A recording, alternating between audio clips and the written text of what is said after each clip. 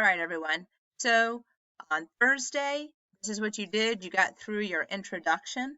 Today is Friday, the 24th, and here's what you're supposed to be doing. Day 5, Friday, the 24th. You are doing step 8, which is to write your process and conclusion. So for the process portion of this is sort of like your body paragraph. Here's where you're going to be explaining in 5 to 10 steps the process a person must follow to complete your action. So each step is going to be 3 to 4 good sentences long. It's not going to be a list, but an explanation of what to do.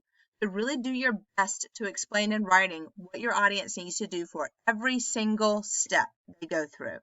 So for example, I might say the first step to making these grilled cheese sandwiches is to take out all of the ingredients.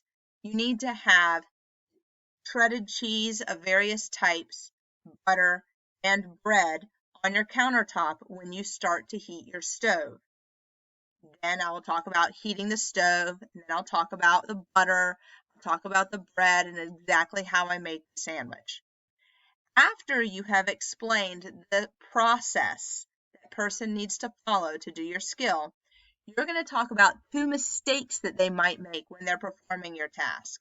So I might say, you might be tempted to blah, blah, blah, but this would be a mistake because, and then tell them how to either correct it if they do it wrong or avoid it so that they don't make that mistake.